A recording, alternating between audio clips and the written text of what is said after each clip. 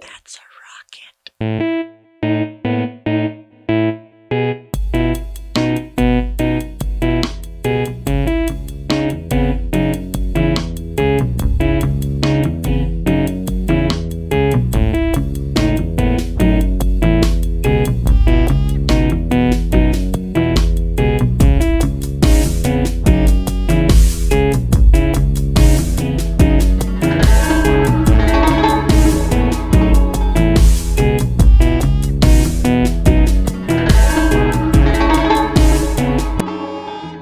Thank you so much, ladies and gentlemen, for joining us. My name is Keith Brooks. Welcome back to Your Guest is as Good as Mine, the show where I invite people to talk to me because it's a lonely world. I'm super excited to have with us today an amazing guest, Danielia Maximillian. Thank you so much for joining us, Danielia. How are you doing?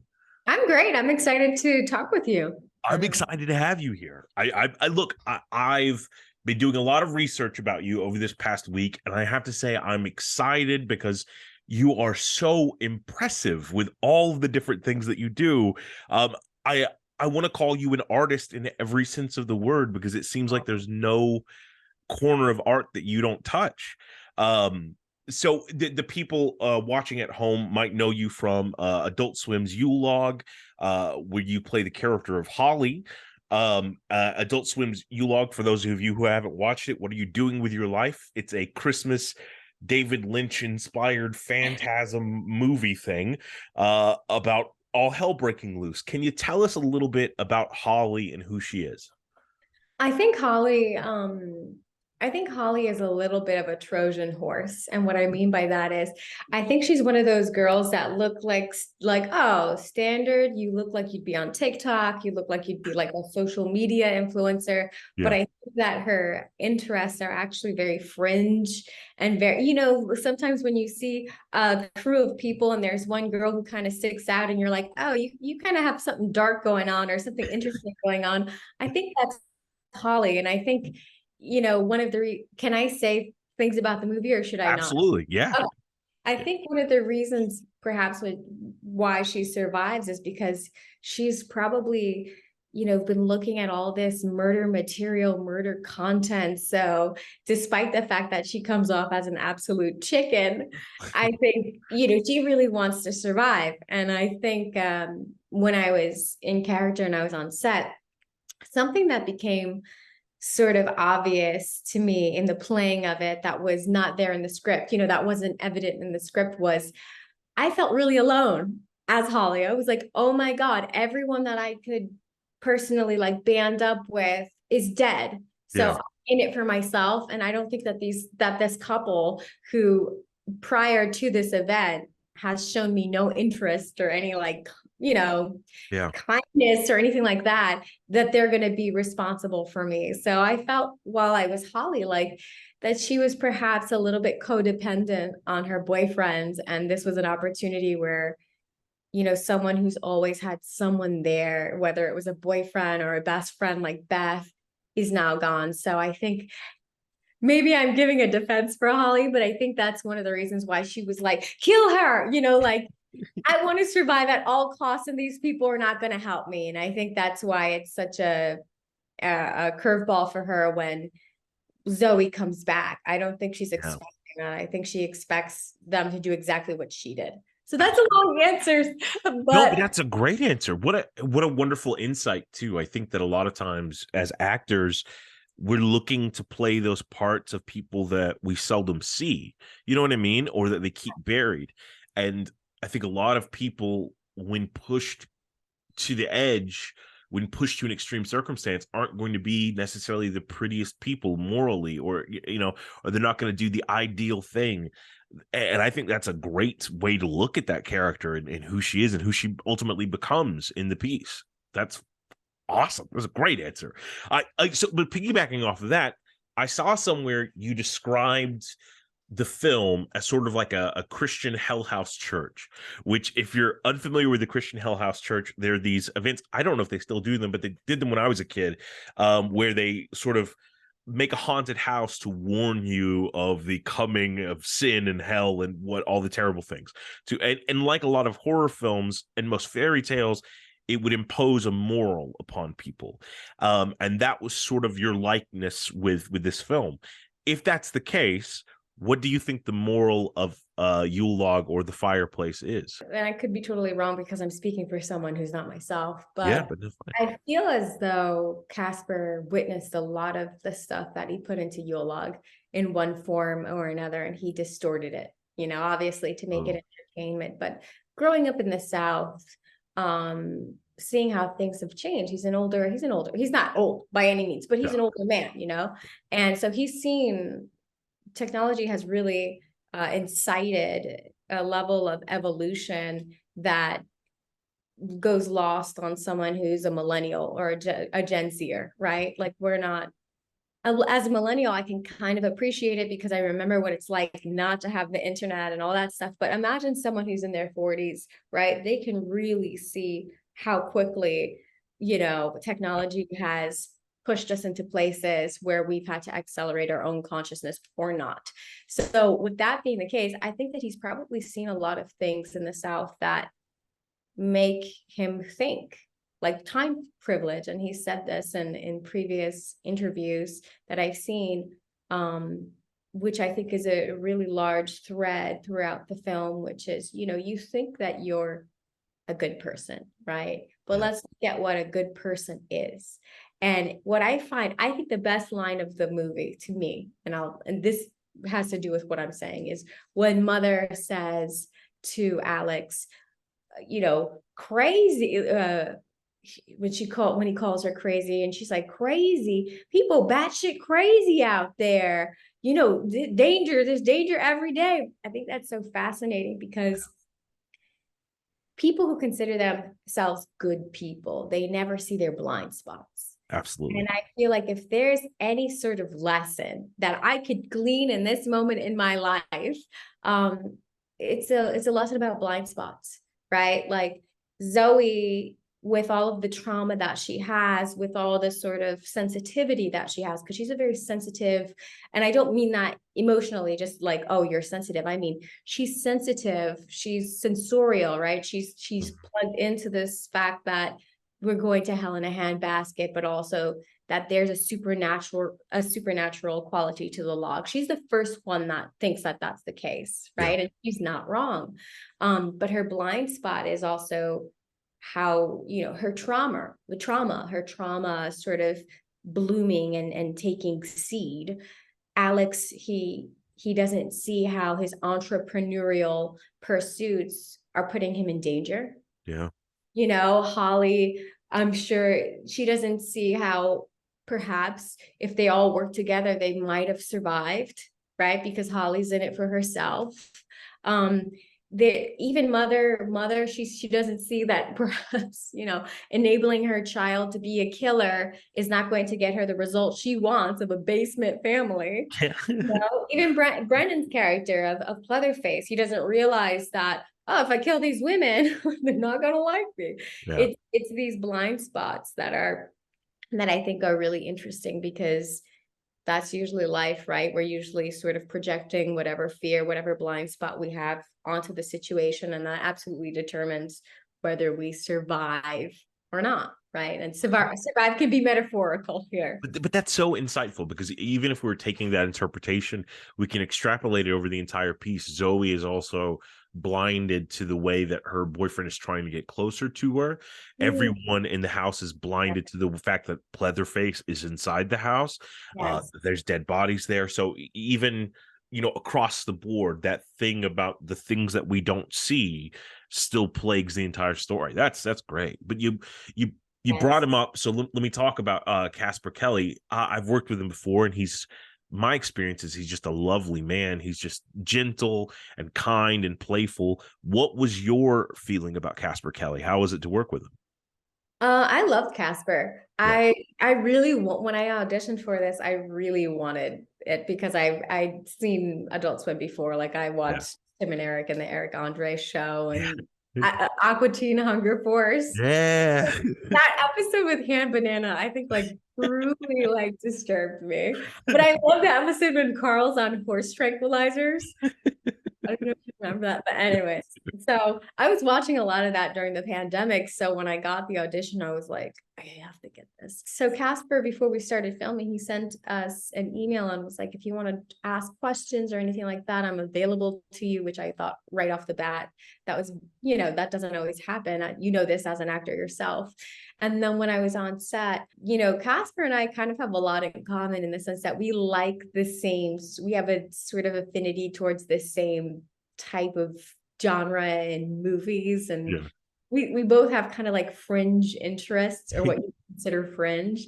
So that I was like, oh, he's a compatriot. Like he's true, but also he never lost his cool, really. With the deadline being so short, he could have easily been a director that was freaking out, like, we gotta get through this. He wasn't. He was super chill.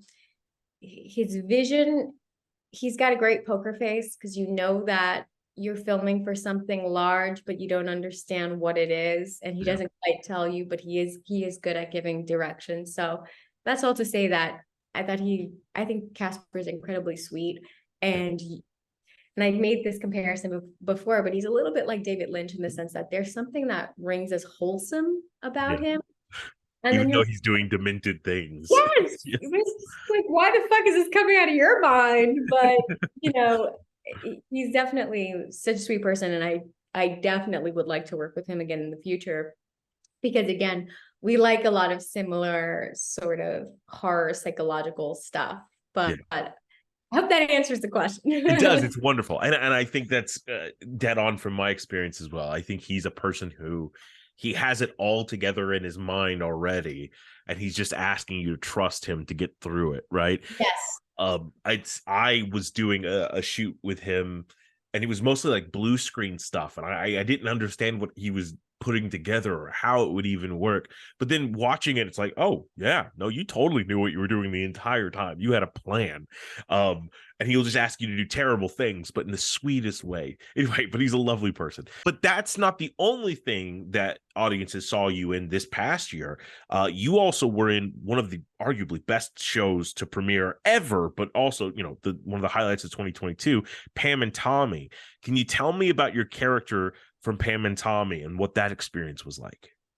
Sure. This is already a great interview. So thank you, Keith. Thank you. You're very insightful. I love that. Really quickly, what was the thing that you shot with Casper so I can go watch it? Oh, I'm in a TV show. Casper created a show called Your Pretty Face is Going to Hell. Oh, yes. Okay. All right. I'm going to watch it again, and I'm going to look out for you. Yeah. Pam and Tommy. So you take this as you will, but when I'm not working as an actress, I actually work as a conscious channel, or what you would call a psychic. Yeah, we're going to talk about that in a second, because I'm super excited. Okay. Go ahead. So when I got the audition, I was kind of feisty about it, because I was like, I know what they want, and I'm not going to give it to them. So I just did what I would normally do during a session, which is when I'm what you would call a clairaudient. So I hear the spirit and I hear guides. So I just ask them questions. I repeat it to myself, and then I say it. So that was actually me who added that. And the breakdown was, it was like old Hispanic psychic. And I was like, well, look, I'm not old. I'm not sure if I'm what they're looking for, but I'm going to give them what it is, like what a session is. And I asked in Spanish to spirit, and they booked me straight off from my first self-tape. That's amazing. So when I went onto set, they very much were treating me like, you're a psychic. Like, tell me if you know what the call time's going to be. Like that sort of vibe. Oh, That yeah. was funny. But I kind of just went in there with the level of gravitas, because it was almost like what they were expecting, but also it was a part of the character that I wanted to remain in. Yeah. I didn't want to just be like, hey guys, and then switch to like this kind of like weighted character. So that was really interesting, the way that people were treating me. It was kind of funny. It was very much like Gwyneth, the director, was like, you do whatever you do. I like whatever you're doing. Just do it. And it was like she was giving me the authority to call the shots, because she wanted it to be as authentic as possible, which I thought was awesome. really cool. Yeah, it was really, really awesome. first of all, I do have to give well, it's actually not first of all, because I've been saying a lot of shit at this point, but I have to give the makeup artist, the makeup and hair department such a big shout out, because they not only are they like, I walked in and it was like Pamela Anderson's boobs and pregnant belly like on the floor, but they're also just so grounded, lovely, interesting people. Like I was just chatting with them and we were talking about really deep stuff, and it was just a beautiful experience. And then when I was on set, I just gave it to Seth Rogen in all these different ways so he could play with it. That's awesome. And I think he was really burnt out because it was towards the end of the shoot, understandably so. He was also a producer on there.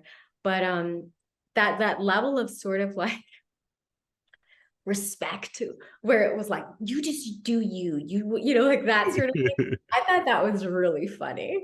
I think that's phenomenal. Yeah, because inside I'm like, I'm a nerd. Like, and we're going to touch about your nerdiness, but let's use this as a segue into this field, because I think it's so interesting. I think, you know, in the scene of Pam and Tommy, for the viewers who haven't seen it, you're doing a tarot reading to Seth Rogen's character, and you reveal maybe why things are going bad for him, and he interprets that sign in a specific way.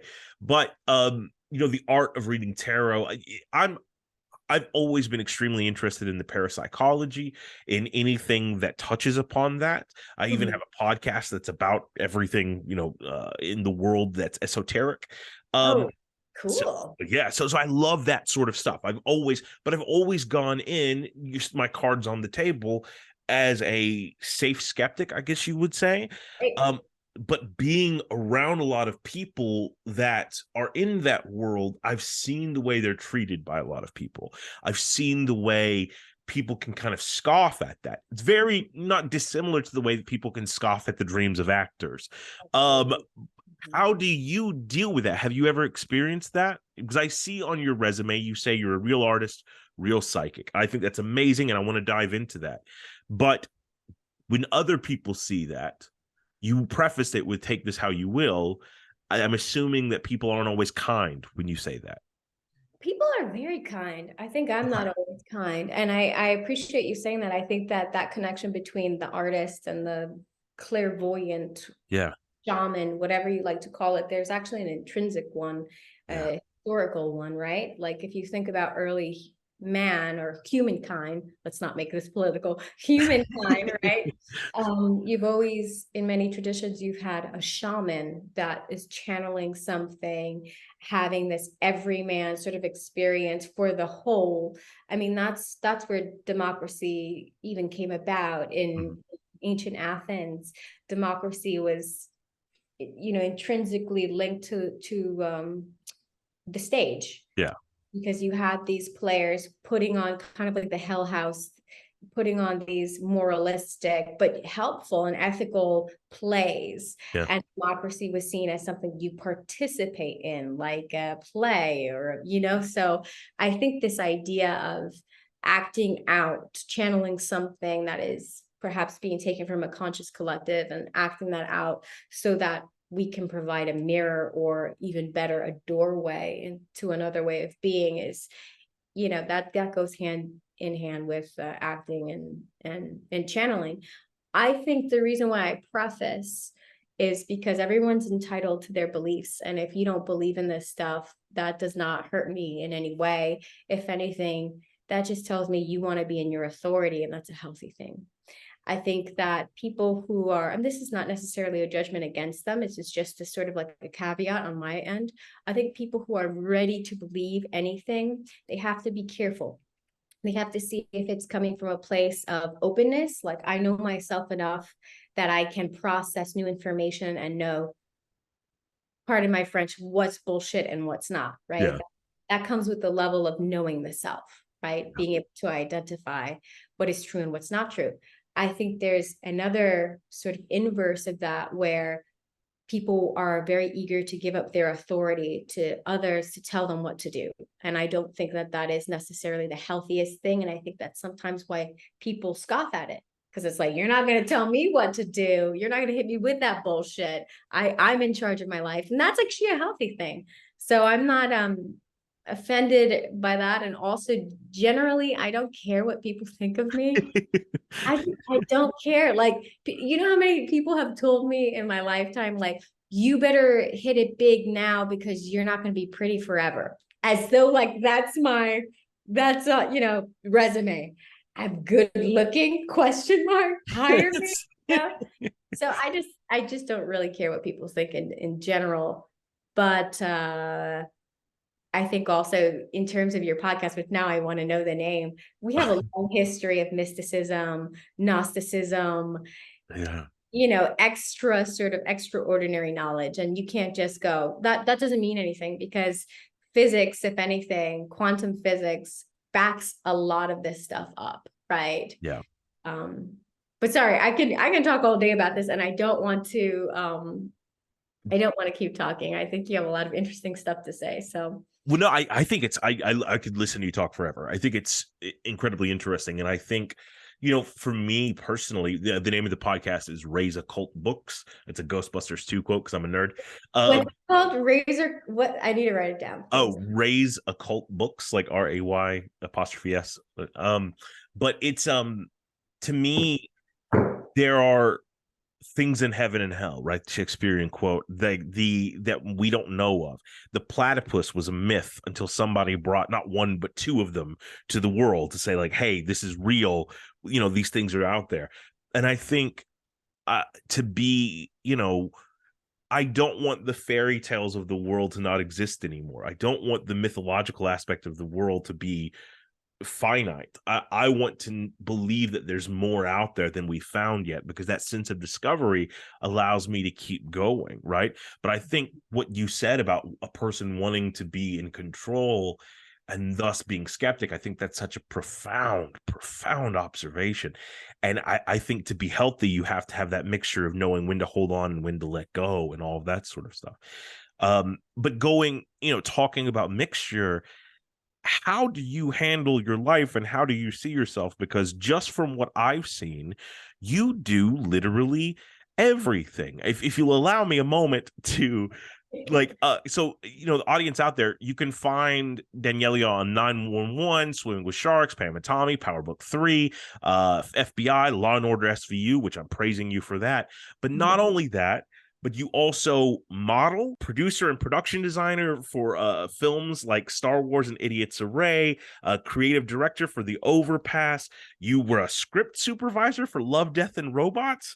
And you're a visual artist as well with stunning artwork. You're welcome. How do you identify as an artist? Is it one thing or is it a collective? How do you identify? I think I have some problems identifying. If we're just going to be very transparent, I think I want to be as concise as I can be, because I always get excited talking to people, especially when people are like, insightful and have their own worlds that you can peer into and go, "Ooh, you got a lot going on here." But I always try to remain concise. You can go on as much as you want. I edit, so you're fine. Too, and then the aliens, Yeah. But I think now we're really getting transparent. I work with a group of guides. I can hear my own guides, and I talk to them like I talk to anyone. So I'm sure that if anyone saw me in my house, they'd be like, "She's fucking crazy." I'm just chatting with them. And one thing that they said that I was like, wow, this is very helpful, is they say that, in our culture, we have a tendency of over-identifying with one thing we do well, and then investing our identity in that over and over and over, to the point where we're almost wearing blinders like horses. Yeah. We're not seeing that we are fully articulated beings, that, we're capable of so much. Yeah. We're capable of so much. What I hope in my trajectory going forward is I want to write films. I want to direct at some point, because I feel as though there are so many narratives out there that don't fit into sort of what is PC.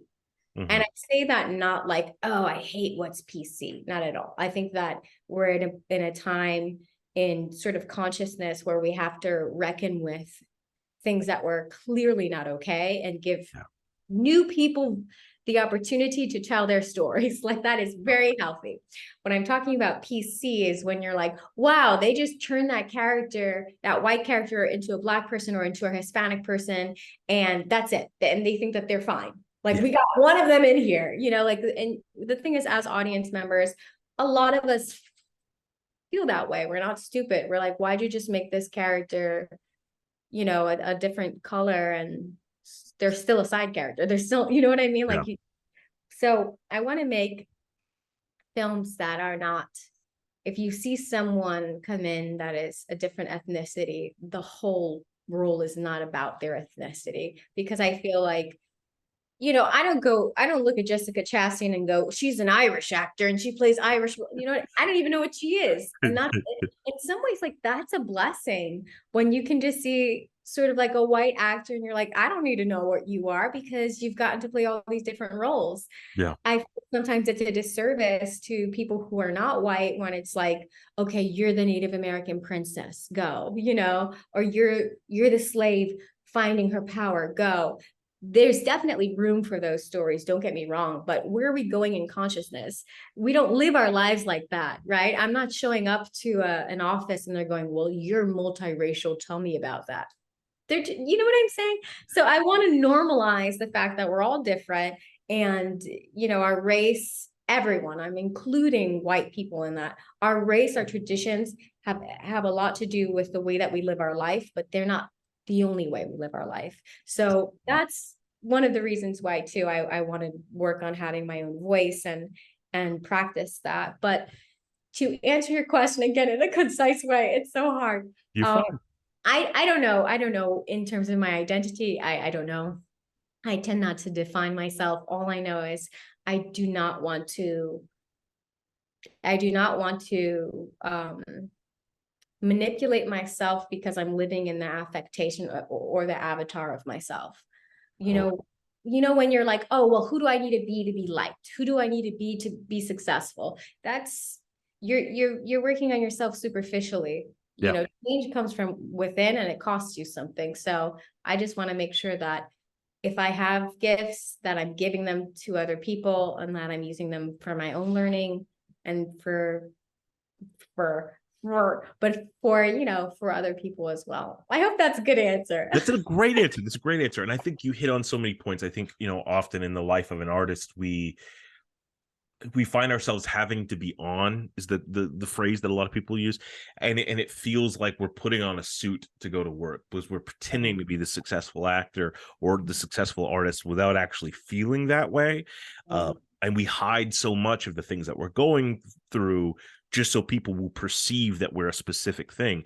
And at least in my experience, that inauthenticity corrupts from within, I think. And so like, and I also feel that way about, you know, some of the PC stuff that you were talking about. I believe in inclusion for everyone, but I think it has to feel authentic. I think it has to feel real. And if you're shoehorning it in just for some parameter that you have to meet, then you're doing a disservice not only to your piece, but also the people you're shoehorning in, because you're making it tokenism. You know what I mean? And you know, and that's easy enough for me to say as a white cis male, but I do think, like, I think every culture has a story, and the more we explore those voices, the better our world will be, because we'll all learn from it. But that's I'm sorry, we're getting into weird, deep philosophical conversation. No, I love it. I love it. I think, you know, as a white cis male, I'm interested in what you have to say. I don't think, like, I think it's important that we practice nuance here.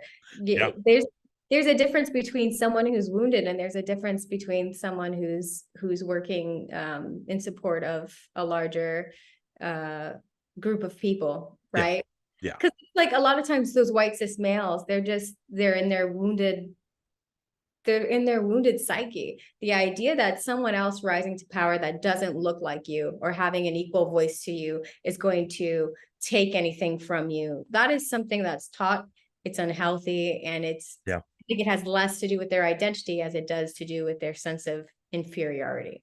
But I think it's the same thing too as what you were talking about earlier, the need to control, the need to be, and that's the thing. It's, why do you need to control things so forcefully? Why not allow other people to have their chance to shine? You know, and I think that's the nature of art, ultimately, something you said that I thought was beautiful, and it's simple. But when you were talking about your scene in Pam and Tommy, you were talking about doing it multiple different ways. So Seth Rogen would have something to go off of.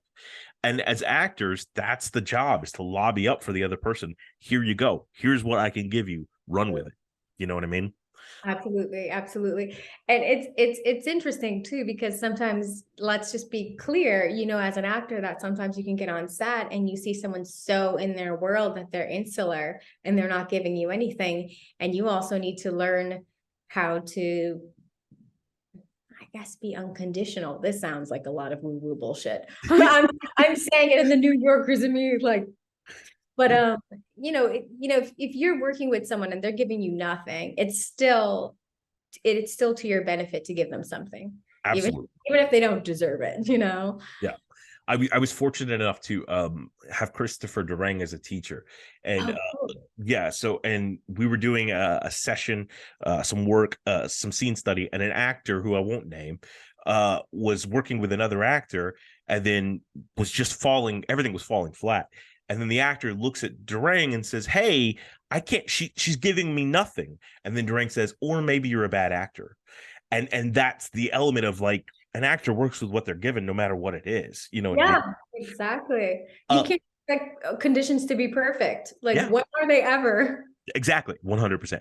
But that, speaking of conditions being perfect, speaking of everything, I have a poem of yours that I want to read to you and see if you can talk me through some of the elements of it, if that's Okay, okay. sure. So not only an amazing actress, but also insightful words. So this is something that you wrote. It's a little long, not too long. I'm going to try to go through it. Okay.